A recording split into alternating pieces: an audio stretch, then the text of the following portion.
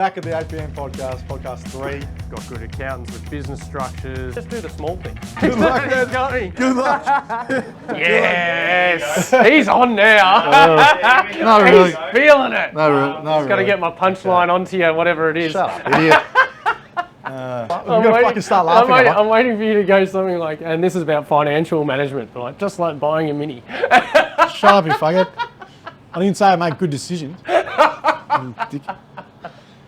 I'm sorry, I'll stop. Welcome to APN podcast number 4. We're talking about financial management in the plumbing game. Ado, I'm not going to say we've been doing this for a long time. Yep. And we've definitely lost. We've gained, but we've definitely lost. So let's talk about how we can keep gaining rather than losing. And let's highlight some times where we had some financial pressures, other than what we've already spoken about on other podcasts. Yep. Let's talk about how we could have benefited from those issues. Yep. And well, I think from the start, remember, always it was as soon as we get an invoice in, we would always pay it straight away. yes, that's what I was going to say. Figuring cash flow's key. Yeah, it's sorting your cash flow. So, you know, if someone gives you a 14-day term, use the 14-day term. Yes. You know, 30-day terms. Yes. Obviously stay on it. Like, don't burn a bridge with your suppliers.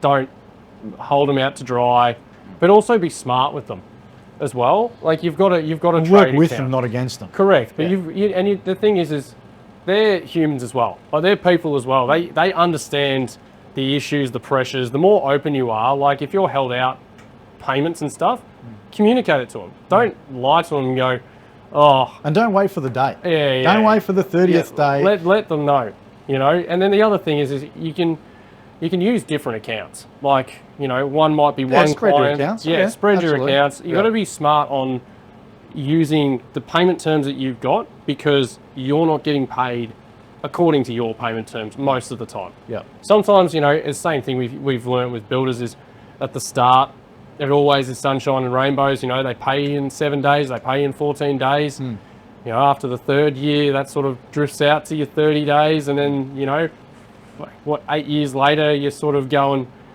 hey, mate, it's been 3 months. You're going to fix up that bill. Oh, I haven't even seen it. And It's like, okay, yeah. So you've just got to be a bit more savvy. I don't know if you call it budgeting. I think it's cash flow. Cash flow is exactly what the word is. Get the cash flow calculator. Correct. You've got it. The spreadsheet. Yep. Will save lives. And the other that is my take on everything. Yeah. It will save the business.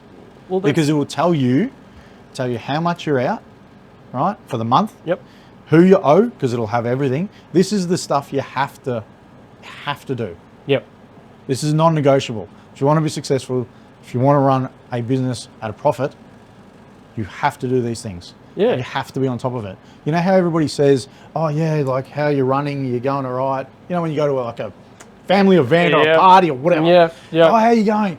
And you go, yeah, we're really busy. That doesn't mean you're going all right. No. It just means you're super busy. Correct. And sometimes setting yourself up for failure is being too busy and actually not putting any effort into this. Yeah. Like, as I've said previously, your invoices need to be consistent. Now, we obviously never used a credit card at all. Like, I don't think a credit card is necessary. We're not saying that's the answer. Yeah, I would say No. that's only something that comes out of at a later date when you actually need it. Like, if you're purchasing something in a one-off hit and it's, you know, $70,000 to $100,000, Yeah. you go, okay, I probably need that to For wait. a small business. Yeah, We're talking about small businesses. We're not talking about the large. Correct. That's a big Commercial- That's commercial a big, businesses. big outlay. Yeah. And if you're not doing things like that, like if you're working off a 30-day payment term with a supplier, you don't need a credit card. No. You've got one right there. The only time you go down that branch is when you actually require one due to costings involved in jobs. Yeah. So I think setting yourself up correctly with using payment terms. Accountant Accountant first. Yeah, that is the number main one. thing. Number one accountant first. Talk to. Okay. What's my break even? How much do I need to charge? Yeah. Right. That's number one. Yeah, right? massively. And stick to it. How many times did we not stick to that? Oh, no. Back in the day when we were Yeah. just doing our own thing. We just go rogue. Just this person's a nice person, so Yeah. this client is really nice Yeah. to me, blah blah blah. So I'll knock $300 off. Yeah. I understand that, and you want great clients, Correct. but work with them. But yeah, so I think a main term of that though is you've given someone a price. Now, if that's not your best price, you shouldn't be going into negotiate, especially at a domestic level. Yeah. You shouldn't be negotiating your price. No. Because if you're negotiating it, then you're going, well, I actually was overcharging you. Whereas instead of negotiating it, if you can go in the mindset of, the reason that I'm charging this much is because of the value I'm going to provide to you, the quality of the job that's going to happen. Yeah. I'm going to deliver this. That's why it's this much. If you want this and a cheaper result, How many headaches are you going to have? exactly. When we've learned that with our builders, so yes, it might be a premium cost, but I'm going to show up on time. I'm going to do the job correctly. It's going to look great at the end, and I'm going to clean up all my rubbish, and it's not going to look like I've actually been here. Now, if you do those simple things, this will resolve itself, and you don't have to negotiate the price, because as soon as you drop that price and you do a good job, it goes to the next person. You drop that price, And then but they'll do the somebody exact cheaper same thing. comes in, and so you're always priced out of it. Well, that's Any other job, you're priced out of it. That's correct. But what I'm trying to say is I'm going, that person's going to refer. Like, we obviously have never used any marketing, advertising. It's always been word of mouth because of the quality of job we've done. Yep. So the one thing is, if we negotiate that price with that person, right, the next person that they refer us onto, they're going to be like, oh yeah, they did this cheaper. Like, take the developer that we've done a lot of work for. One time I lent to him and we shaved a bit off the price. Now, he obviously gave us a lot of work throughout the developing community that he's involved in. Yep. We'd never had any of them try and haggle our price before I did that. As soon as I did that, they were all going, oh, I heard you can do it for a bit cheaper. Yeah. And I went, I've made a genuine mistake here by undervaluing undervaluing our service. Yep. So I think your cash flow is one thing, but understanding what your margins need to be profitable. And then once you've set your price, if that's what it costs you to do, you need to stick to it. You can't. Yeah, you've got to stay within your parameters. You can't go outside that. Don't undersell yourself. And if they get someone cheaper, it's like, what have we done previously? Good luck. What have we done previously with builders? We've gone, I've got someone, they're like $8,000 cheaper. You go, cool, go use them. What have they missed? Two more jobs later, and all of a sudden, oh, I'm just wondering if you can price this. I'm like, what happened to your other guy? Oh, yeah, it just hasn't worked out that well. Yeah. And I'm going, well, that's because you've used this for 5 odd years. We've used this. We've had this standard. You've gotten used to it.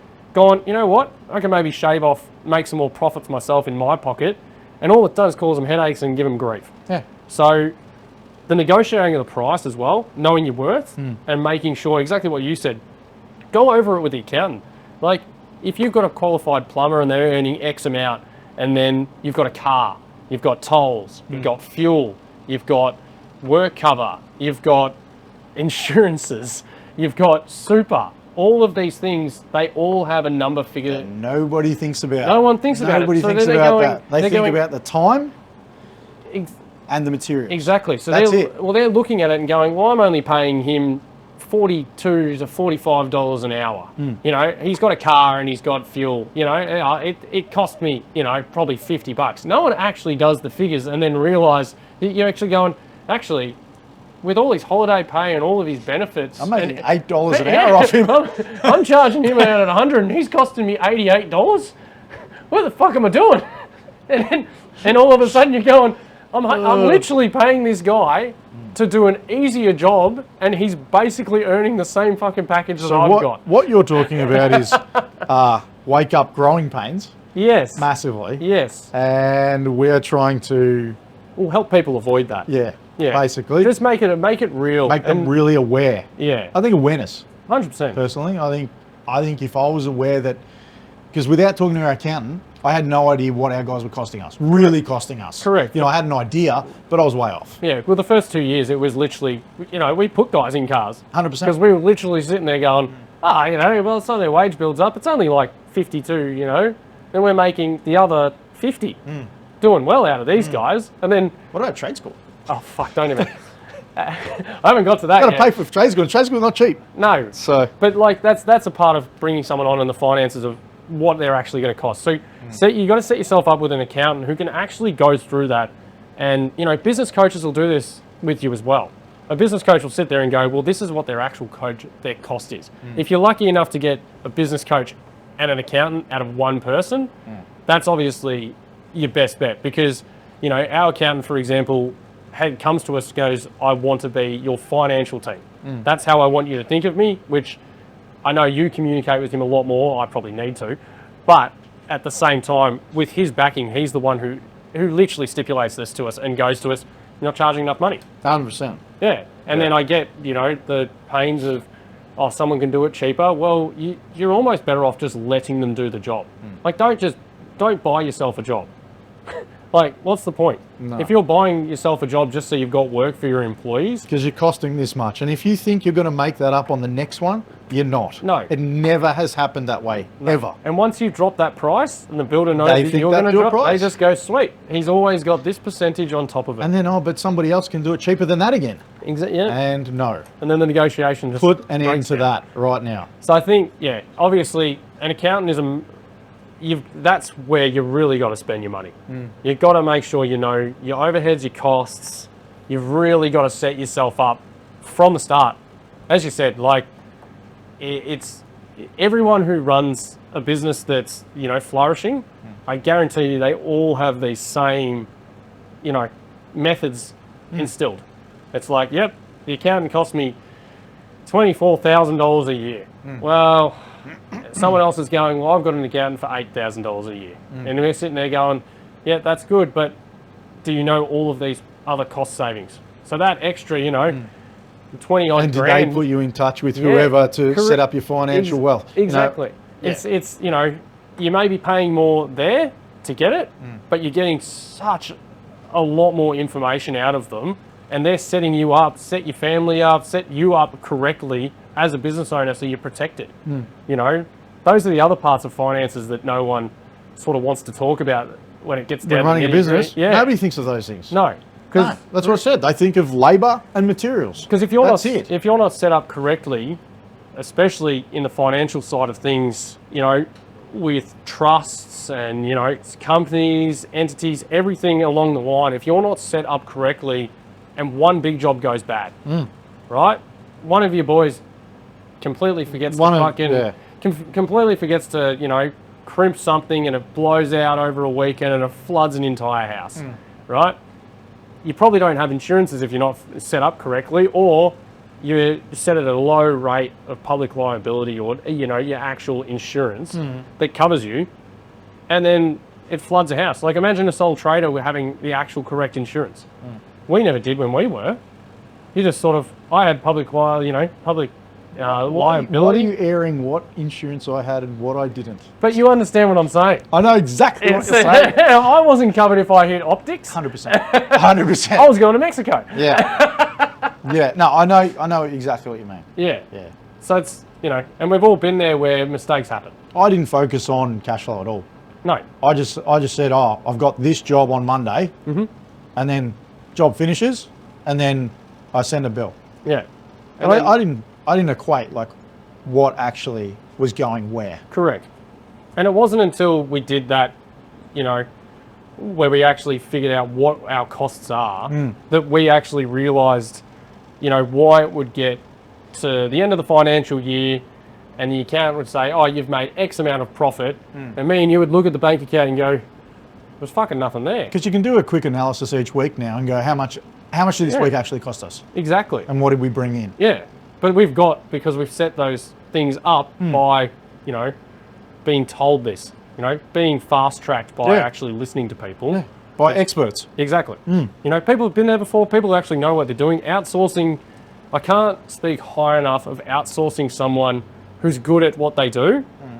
They may cost a bit more, but that will benefit you so greatly. It's just insane.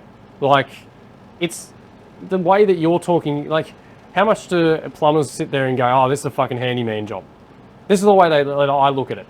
someone's going, oh, they've had a handyman in and this is happening, and he's going, going, well, why the fuck didn't you just call a professional? Now I've come to fix it. I would have just done it this way in the first place.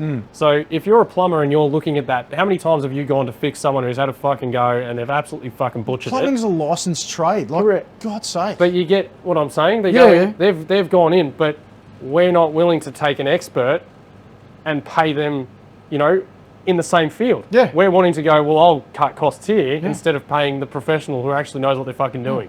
So who's going to do correct tax write-offs? Yeah.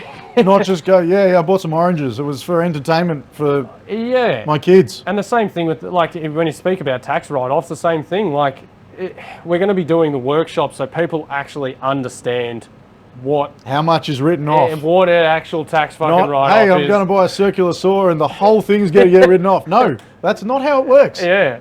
Never has it worked like that. Who fucking pays for that? It's a tax write-off. Yeah. It's all right. I didn't fucking pay for that. Why am I in so much debt? I'm going to buy a laser level. It's tax write-off. Oh, fuck. No, it's not. But I mean, the vehicles, like, you and I both were under the assumption of not doing loans. We both did not want to do that. Yes. Now, we were obviously told we should do that because there is benefits tax. Yes. But me and you have this. And there's different types of loans. Correct. Yeah. You and I have that hatred of being in debt. Having to owe. Because of how volatile building and construction is. You know, guys just disappear like off the face of the earth. Yep. And I've got this $100,000 loan on a work ute that looks friggin' amazing. I've got bells and whistles on it. But now that I've lost out of that money, I've got to figure out how to get this money. Yeah. So just being smart with it. Like, I'm not saying don't go and get loans on vehicles. Just, you know, figure out exactly what you actually get to it. Go and get the advice. We're not giving the advice. Go and get the advice. Get it from the correct people. Yeah. So pay the professionals to actually tell you what you're getting, why you're doing it, what I can afford, what's going to be the best way forward. Don't just go, I'm going to buy a fucking wild track. Why? Because they're cool. Because it's a write-off. They're cool. Yeah, which I get it. It's, you know, a nice ute. But at the same time, having the correct people to tell you whether it's good or not. What you can afford. Yeah. Realism. Yeah. Realistic. Correct. Figures of what you can afford based on what you've done in the last year. Yep. And that'll allow you to grow. Yeah. Simple as that. Yeah. And that's what the community is going to do. Exactly. You know, it brings you into that and then, you know, sets you up on how people have done it previously. Puts you in contact with the right connections that are going to let you grow. Exactly. And then it's, you know, things along the line like, you know, when we were obviously owed a lot of money to lower our tax. You know, our accountant put in a couple of strategies. Yep. Which, you know, if you're going for a home loan and stuff like that, it's not a very, very good way to do it. No, it's not. But, you know, like setting up, you know, director loans and things along those lines. You know, actually making a strategy to go, okay, we haven't got the cash flow because this job didn't get paid and, you know, you're weathering the storm with the rest of your jobs. Why don't we do this? This will lower your tax bill for this stage. Obviously, it's going to look like you got paid X amount. You know, being like paying a professional helps you with that as well. Absolutely. Like helps you get out of the shit. Yeah. You know? Forward planning. Yeah. They're going to ask you questions you're not going to think about. Yeah. And that's the other important thing. Questions too. And the other thing is you should be able to actually go to your accountant and hold them fucking accountable. It's like, well, why aren't I? What's actually going on here? What am I paying you for? I guarantee you the guy that's, you know, under 10 grand, despite the fact he's a bargain for you, you're not getting what you're actually paying for out of that. No. Whereas the more expensive guy is actually probably going to be, well, he knows he needs reform or else you can literally call him up and go, well, what the fuck's actually going on? Yeah. So I think, yeah, that's a massive thing for me. The other thing obviously is like with budgets, like trying to make sure that we have the influx of money coming at the right time. So, you know, with our commercial jobs, we tend to run obviously on a 45-day normally or a 30-day. Negotiating those contracts for 30 days obviously extremely important. Don't just think that you have to go 40 days because they squeeze you on the price so you can negotiate back. Yeah. You know, if you can set yourself up like, as you and I are both aware, the first claim, they'll always try and start you on the claim date. so that they get 60 days out of you. Exactly right. You need to be smart and think about what this is the starting date that I'm going on. Okay, how long am I going to get strung out for this? You know, can I forward claim? You've got to be able to negotiate those types of things to help your cash flow. You know, there'll be guys in this community that have done massive tenders, big jobs, all the way down to small jobs. The thing is a builder will negotiate with you and try and take money off your price. Well, that's fine, but you need to, you know, get them on the same thing and go, payment terms need to be this now then. If you want me to take that percentage, or you want me to do this or add in these little extras, then I want my fucking payment terms down at something that I know I'm going to get paid every 14 days. Yeah, you've got to make it work for you. Exactly. It can't always just be them. No, because you know, you're not keeling over to them. No. You don't have to. Like, they're just a business like you are. So I think those are the types of things I personally find really important with, you know, future planning and setting ourselves up going forward to make sure that your cash flow is there. Yeah. The 8pm podcast, podcast 3. Got good accountants with business structures. Just do the small things. Good luck, man. Good luck.